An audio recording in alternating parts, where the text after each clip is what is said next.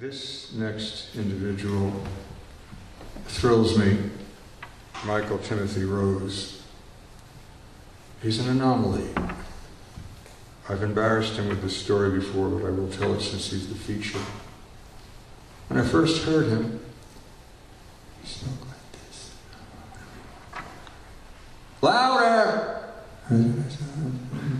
Louder! Well, I have hearing like a wolf. And at a certain point, as a matter of fact, it was in caps, Jim. This boy got up and demonstrated the oldest soul in the room in this peanut's body. Michael lives in Westchester. He does poetry readings throughout the valley, and he's respected deeply and with awe, and he's a wonderful human being and friend. He's been published in Stone's Throw, Creative Writing Anthology. He's been in Chronogram. He was in the CAFS Anthology, the soon-to-be-released Carpellus Anthology. This, The Rattles and Other Poems, is ready for buying by the public. And Michael holds an Associate of Arts and Humanities, quelle surprise. Wait till you hear his work. Bachelor of Arts in Philosophy from SUNY New Paltz. He gives me, he's like a child, he's like a son to me. So I don't mean to embarrass him. Michael Rose, please.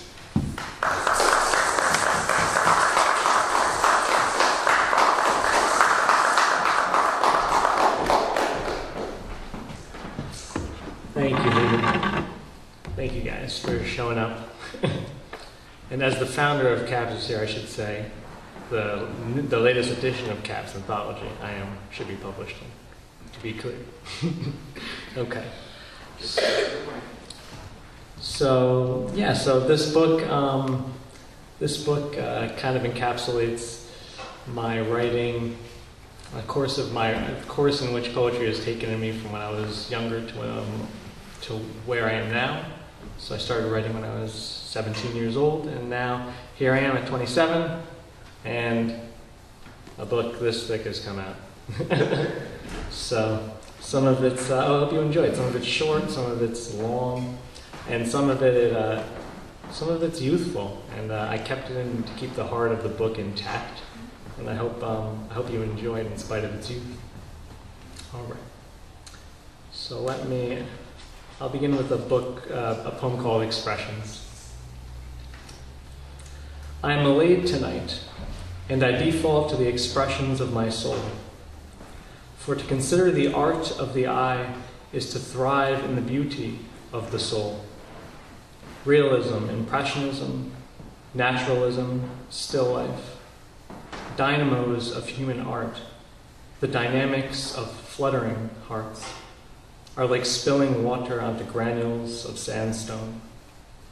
After all, we are thee who created oceans, nurtured land. However, it is not we who were first composed, is it not we who were first composed, made from love and human heat, made from cells and viscera, made by hallowed earth conducting in something outside of for time, composed like a sunrise, composed in sweet crescendos into a cappella Sanskrit. Yet it is not a man nor God who composes. Beauty composes, because beauty, alas, is self-composing. Though poetics made the shadows move and dance beside illustrious flames, beside Chinese philosophies, ancient Vedas, and Grecian plays, beauty observed sallow shadows before man could even speak its name. Beauty composed music, placing note upon note into 4 rigid lines, which we created and clamped like a paper-bound book, old cuneiform words rough cast into stone. We shore these messages, these images, these sounds, these orchestrations, these infinite strands of bundles of lights, to juxtapose our world, to scintillate sparks, to pencil unfinite words into and onto black and white mediums, to contrast our world and exemplify our divaricate meanings, wherein we prove that both black and white do splay outward into some strangely colored anomaly, spill throughout a page of calculability in an Enthelia script. We shade scrolled shadings of reality and illuminate brightness within our hands and our minds, don't we? Arts break the shell boundaries of the two, bridge the ideas of diverse human idea in order to swallow the shores of reality and reiterate to one another the expressions of the human soul.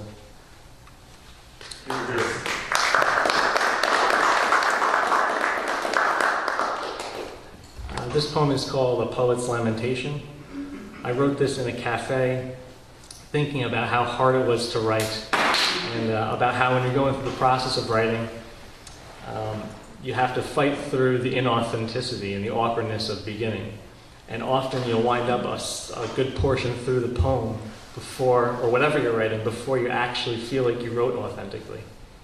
So you're trying to use theory, right, to make something come into life. And so this is what this poem's about. A Poet's Lamentation. A million pages, slats and pins, covers and supine bindings, erupt off of shelves like colored leaves of fall crawling down and up crooked suburban streets, like dancing dunes of deserts, wild gestures from the earth. I stoop in poetic lamentation. I stoop, but dying insects slowly slink, go greet narrow pathways on quiet arches near square green gardens, keep beds, house ungrateful breaths inside untimely waxy graves. There in my fuzzy orange mosses, they finally endure a good sleep and feel full. Moonbeams reach their hands into these shallow openings. A cafe emits jazz and pop rays inside. Meanwhile, the bugs gratefully breach the ugly trench line between time and literary turpentine. Birds lap lightly, lowly, holy, but I do not glow yet. Radiant rafters sunlit, softly cast fading flight upon slow, folding river dreams. Asters float, freely, glimpse the looming lips of winter.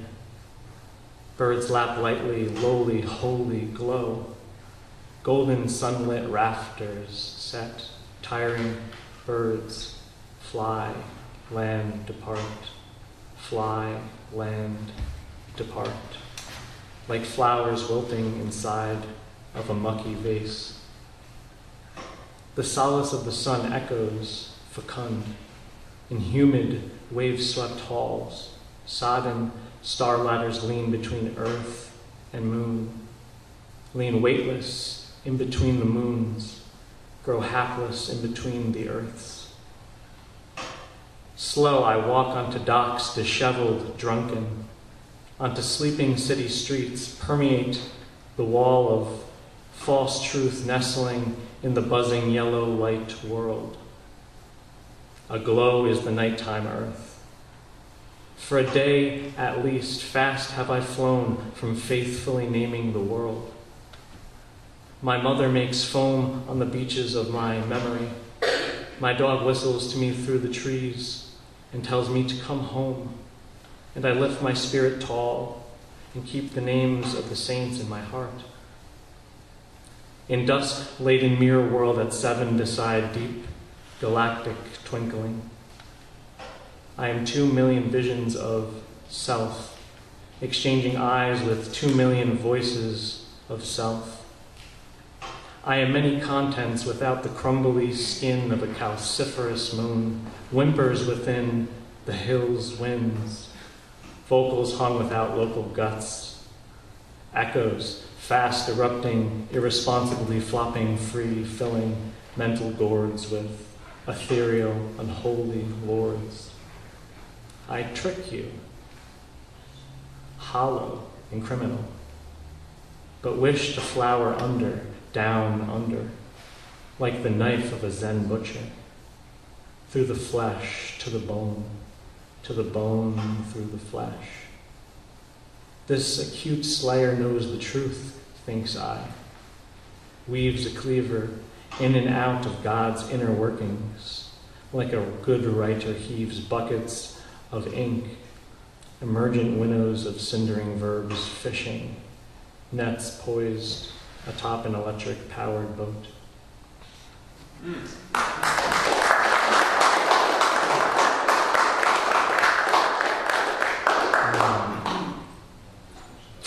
Okay, I have a chapter all about metapoetics, and I often think about the process of writing, so I'll read a few with that in mind. This is called My Eternal Ears. I have placed the labors of my soul into this poetry. Indeed, I have invested in it in the heat of many moments, when obligations of the world have called my name, and asked that I come down from the hilltop to place my fingers back into the dirt.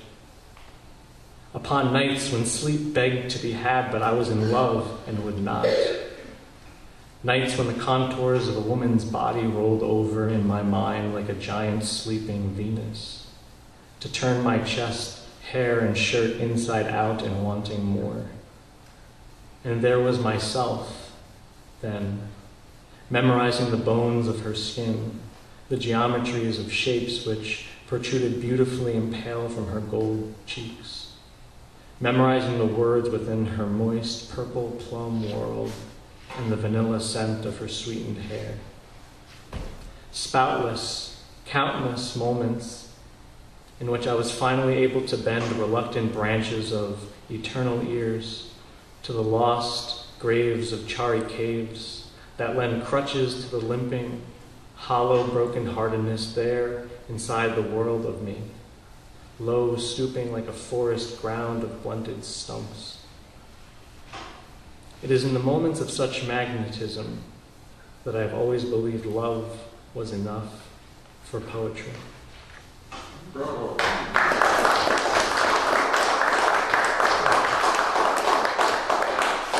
Let's see. Another metapoetic poem. Here we go. This is called Upon the Paths. Originally called Upon the Invisible Paths. I don't know why I changed it. Over-editing. George M. Cohen. Over-editing. I've never consistently known how to begin entering upon the paths of the page, except to enter from where I am. I say, I am writing, I am feeling, I am composing bars for the interior dance. The dance, I remember it. Heel to toe on sidewalks, under sun, under moon, in mental spaces before sun and before moon. Wine singing some sloping bottleneck tune. Red metaphysical earth dripping from its metaphysical green bottleneck sides. Thoughts that do love me and which wrestle meek metaphors upon the romantic arches of my feet, where words nuzzle, and my self disappears into truth, goes, meets old sages in the lovely damp woods of the hereafter, or the before after. I say to myself, where have I been for so long, if not here? You're here.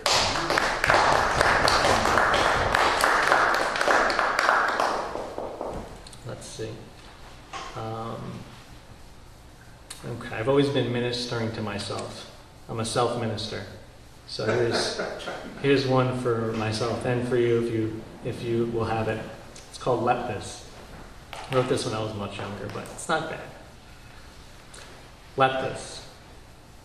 Let this light you through the night, steer you through the darkness. Let this lonely word tell you, yes, we are alone, but alone here together. Together from the alone to the alone. Let this shepherd you through the forest, then, and guide you through the drizzling streets and the quiet, calling, abandoned cul-de-sac. Let this be your light and your candle in the darkness.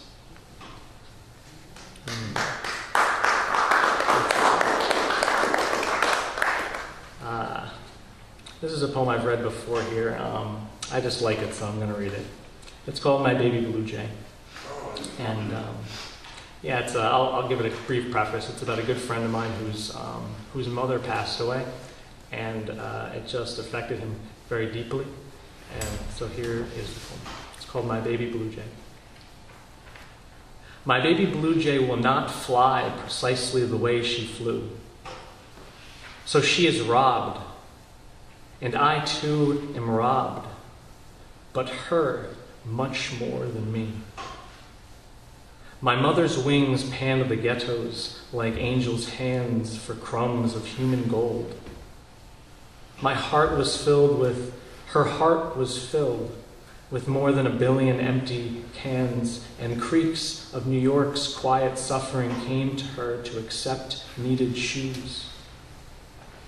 In Brooklyn, she was one of the many quiet saints who offered the bright yellow tones in the old mirror world of its drizzled streets. She offered tireless footsteps in the wanting of that lonely New York moonlight.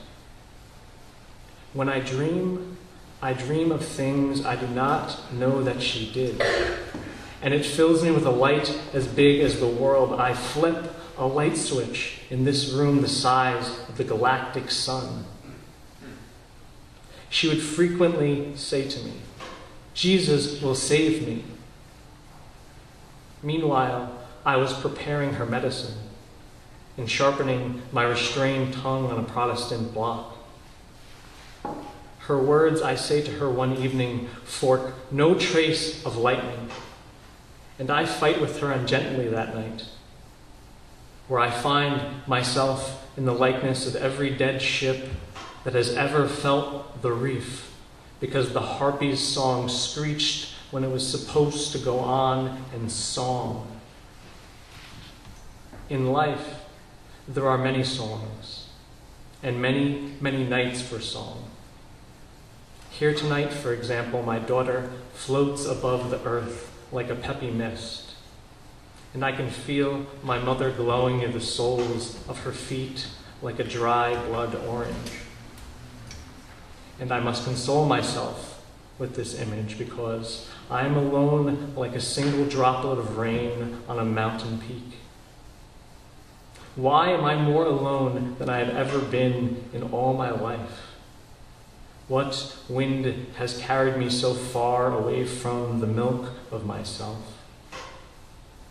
The answer? Many things have.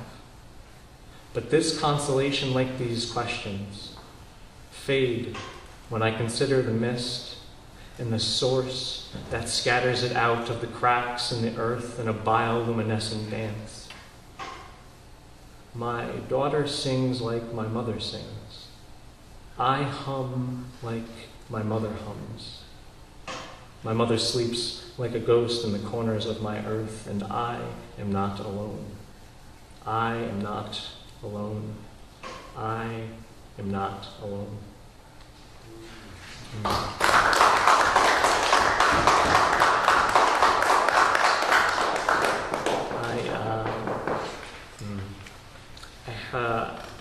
This is a good poem. This is a poem about my brother, which I like. I think it's a good poem. My little brother went to China, and And I was inspired to write this right before going to a CAPS poetry event, in fact. So here it is. It's called The Rolling Pin. It's been a long week, and I think of the rolling pin again, flattening my working corpse like a velvet flower head, pressed down in between the pages of a book. I feel less longing than usual. Time enters me, but feels less like a bandit than it usually feels. I long, but the longing is sweet like yellow tea, a welcomed visitor. Already I miss my brother, whose wonderful wanderer's feet are taking him to China tomorrow. He searches for his own yellow tea, his green China tea. He is a young freight ship of voyagers balancing on the ocean, like a tightrope walker, like a breadcrumb or a canoe. He is in search of his India, the newer continent of his growing self, or perhaps the very same self. Who knows? He is special like that. I will miss my brother from this moment until tomorrow, and for that matter, and while we are on the subject, until I die. Ah, the rolling pin rolls. These words indeed are the best part of me, squeezed out of me like a papyrus juice. Sweet reeds, jaw-bent lines of scriptural pulp. I head to my church tonight, mass of choice words and humanity, in which I might receive holy water and reconstitute myself. There, in the water and breath of God's literary disciples, I quiet myself and rest in the warm sepulchres of God like a Gallic voice in the pews of a boundless and infinite nothing. I sleep with those fellow clouds that go wandering high over vales and hills. I pray with the poets and friends of the wide, wide world.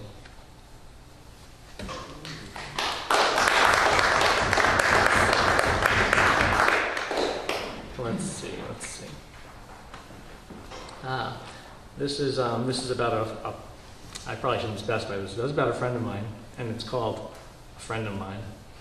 I wrote it with the haiku in mind, so you guys can try to listen for it as I read. A friend of mine. Eyes are bright like clouds, teeth straight like organ pipes. Both rise and descend. What is the cause of this moontide dance of faces? She who stands like the arm of a clock at noon, erect yet falling to a 6. Why is this? I ask this thinking of drifting clouds on mountaintop peaks, of sailing hourglass ships that move inside the self like invisible shadows of the earth. Where is the moon tonight, but pulling the tides forward into ups and downs, but pulling the tides backwards into downs and ups?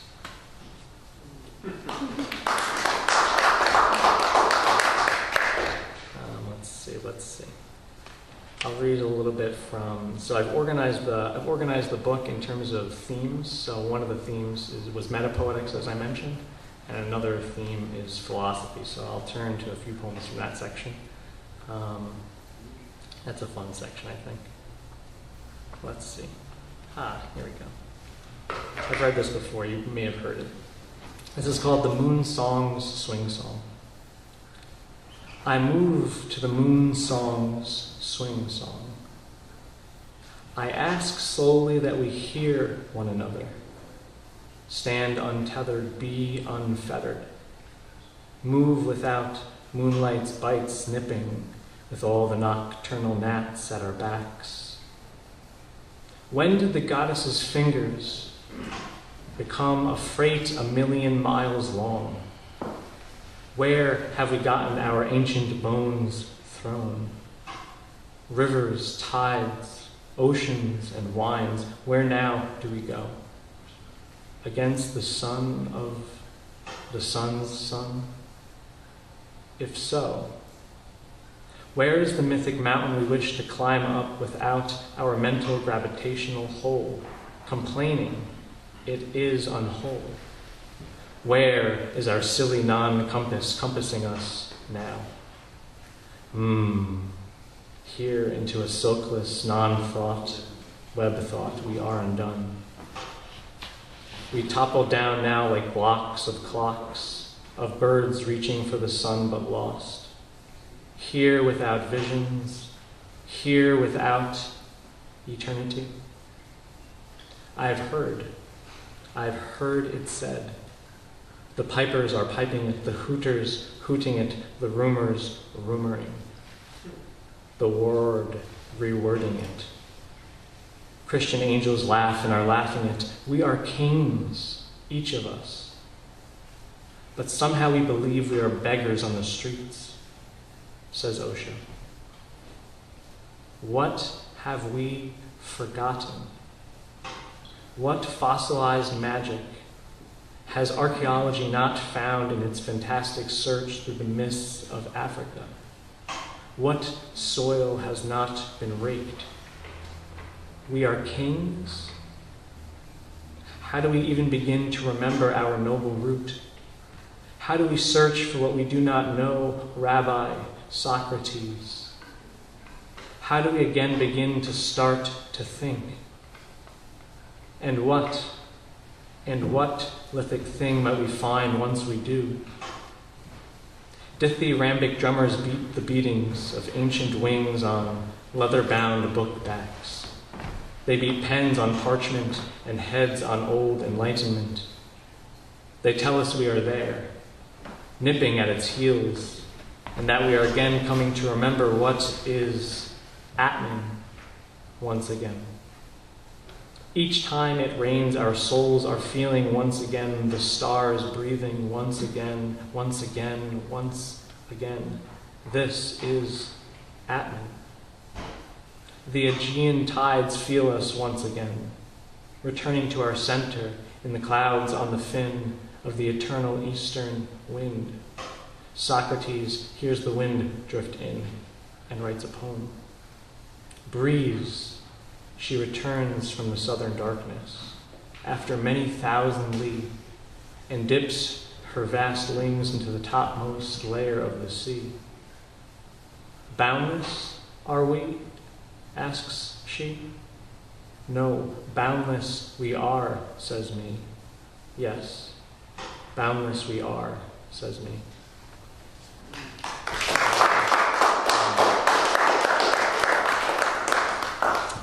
Okay, let's see. Do you guys want me to read something more lighthearted? I could try to change the rhythm a little bit, or are you guys okay? You guys don't care. Okay, here it goes. Then I'm going to go with a poem called Loneliness. Yes. Loneliness creeps into my cerebellum, like a shadow creeps onto the surface of the moon. Everything feels cold like that. My hands, like magic sticks, stir the air, trying to remember if delusions of the self are as real as and as deep as old Buddhism tells us, are as unimaginably thick as ascending infinity, as dear Indra's diamond net. Myself, a wilderness beside a candle. Myself, a cradle beside a wilderness. Is my internal lamp really like a city on a hilltop that cannot be hidden? Who knows such a thing, while the mist of the self parts in a forest without a seer?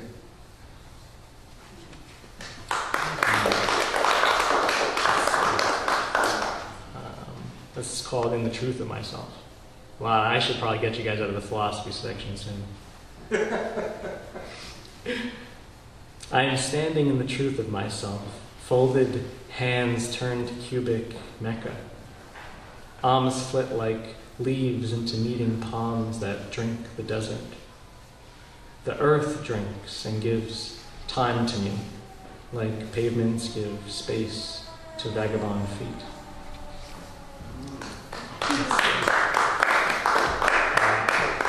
I'll try to change up the rhythm a little bit. Let's see. Here's something I wrote when I was much younger. I don't know if it changes the rhythm, but it changes the age of the speaker.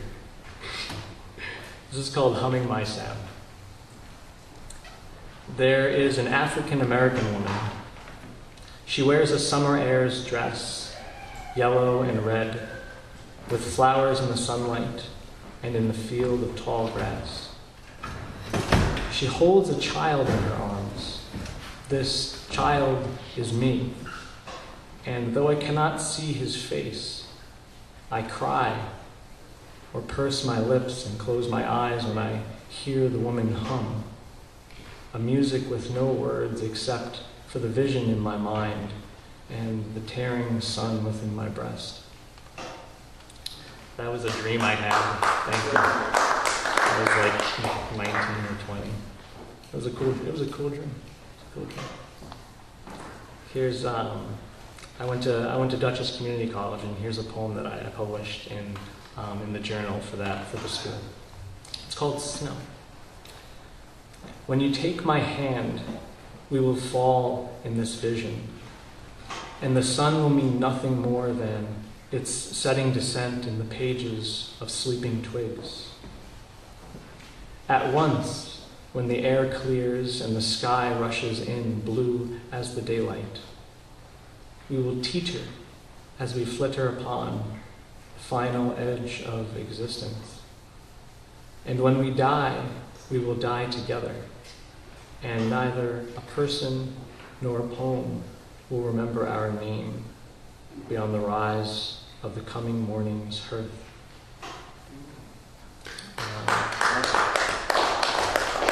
I think I must have been writing near the snow at some point, because I kept finding all these short snow poems. So I'll read you a few of them.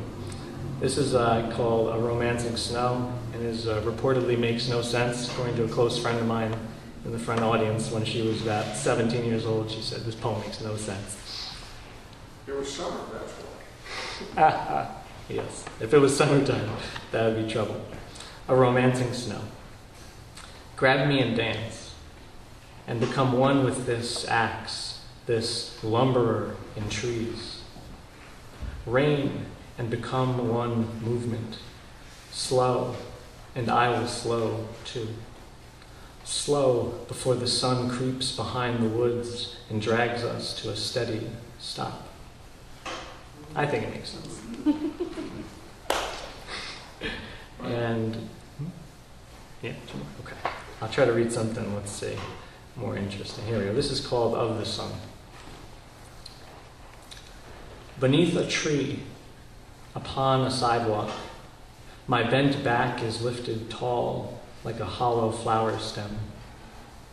The sun is a child's offered finger, a hope beaming in buzzing interior meadows of springtime.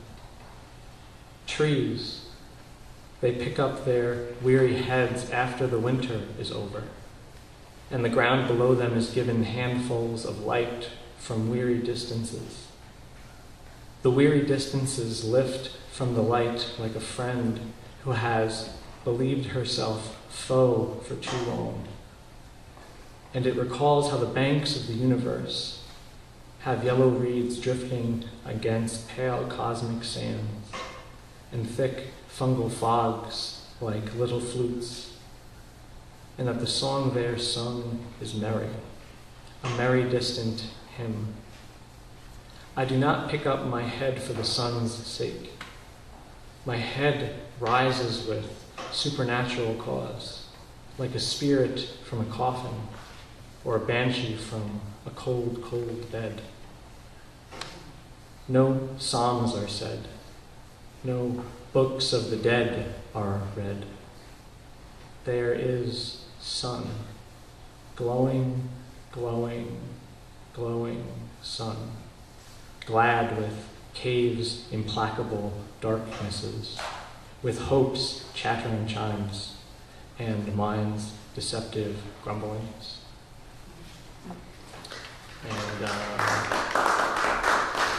I'm going to read one more poem. It's a little longer. Is that all right, Hayden? It's I've never read it before because I don't like it that much, but I'm going to give it a shot. Yep, that's the way to do it. I like the content. Here you go. Where music stops. Music stops like wine from behind a cork, and I throw glowing rocks high at the ministry of misty white clocks in the sky. Pain gains on me again, and I gain more chains. Where is myself without the music knocking, staying without time, mumbling, knock, knock? Who, what, where, who? Who, what, where, who? Where should my non-anatman go? The nothing creeps in with green crippled hands and God's eyes in his cloak. Who am I, says not I. I who am who I, answers not I. Where is the alchemist's hands? Where is the staff of Moses's, I ask? Where is the voiceless shepherd who is the wind, whose task is vast? Tell me, who comes knocking at the wind through the window, in the willow, upon the hill moon, with the hollow man's pale shale, through the pale hollow's trove, the stones throw. Cry, my beloved soul tree. Cry, my beloved. I resist this amidst the mists of Osiris, amidst this mist, tall like the world. My name, it names God's 100 names, but not the names of the camel. And I wander out to the desert inside of me, unnamed, shameless. I dream a sheep-like electric sleep before the door of the law's law, and I am happy. We must, friends, imagine the final law, happy, I say, at least sometimes.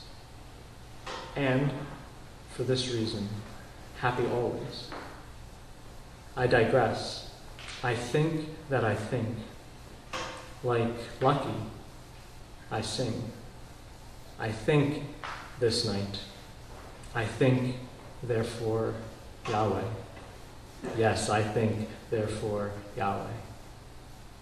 Dear Descartes, dear me and dear Lise, let us skip tomes through an old incandescent river hallway of me, the Zen brook of me. Yes. I hear drops echo far, far out on satellites, tracing twirling electromagnetic orbits near the moon. Jupiter, she feels me traveling up upon her waters, up upon her womb. Who am I but some guy slapping his arms on the waters of the eternal boombox? Who am I but this? Some guy. Let us unveil the Maya instead of endure Maya. The veil hiding like Goliath the conqueror. Cunning David, take my fingers in my hands all clandestine-like. Set the beat unenjammed, the jam, the enjambment of me. At long last, should we not feel free? I the yoke, I the lamb, I the Sisyphean ram of mortal hands. I the ram before the hands, before the word, before the problem at hand. And we the rain without gladness or sadness. And we the Buddha without nirvana. And we Jesus on the cross with a million angels praying in the sky. And we slingers of words, slingers of atoms, ones who dance with hands of angels and feet, and many feet of change, God's jangling pocket change. Imagine if God's pockets jingled and made the world within ours or before ours. Why not let this be true? Why not today? Imagine it to be true today if we truly believe in our ignorance. Mr. Russell, my dear friend, I stack my proof on the backs of an infinite series of turtles, and it is turtles all the way down. And now you, please, good riddance. Sling yourself beyond your boots unstrung, your feet unrun, yourself untongued. Gone are your boots, gone your bootlaces, gone your feet, and gone yourself.